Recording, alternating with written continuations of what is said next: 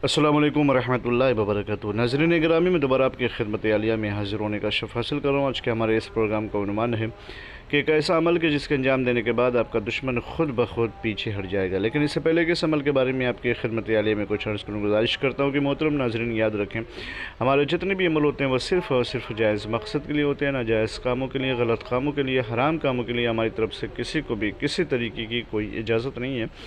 याद रखें, हमारा सेंटर रूहानी सेंटर टोना, जादू, सिपली, ब्लैक मैजिक, शैतानी अमल के ज़रिए से कोई भी अमल अंजाम नहीं देते हैं। मोहतरम नाज़रीन, अगर आप अमलियात की दुनिया में कदम रखना चाहते हैं, अमल सीखना चाहते हैं, आशनाई पैदा करना चाहते हैं, तो हमसे कांटेक्ट करें, इंशाल्लाह हम आपकी भरपूर रहनुमाई फरमाएंगे। मोहतरम नाज़रीन, अगर आपका दुश्मन तंग कर रहा हो, बेहद तंग कर रहा हो, आप उससे परेशान हो चुके हैं और आप ये चाहते हैं कि लड़ाई झगड़ा भी ना हो और दुश्मन खुद ब खुद जो है पीछे हट जाए, आपसे पनाह मिल जाए और वो खुद ब खुद भाग जाए। अगर उसने कब्ज़ा किया तो खुद ब खुद वो कब्ज़ा आपके हवाले कर दे। अगर उसने आपको टॉर्चर किया तो खुद ब खुद आकर के वो आपसे माफ़ी मांगे, यानी वो खुद ब खुद हाथ पैर जोड़े आपके सामने और पीछे हट जाए, तो उसके लिए इस तावीज़ मुबारक को आपको इस्तेमाल करना पड़ेगा। तरीक़ाकार क्या है? सबसे पहले तो बावज़ू होकर के रूबा क़िबला बैठ जाए और रूबा क़िबला बैठने के बाद दिन में ये अमल करें, रात में बिल्कुल भी ना करें। दिन में अमल करना क्या है कि इस तावीज़ मुबारक को लिखें और लिखने के बाद जैसे लिखा है वैसे लिखें। दुश्मन का तसव्वुर शर्त है, जितना कवी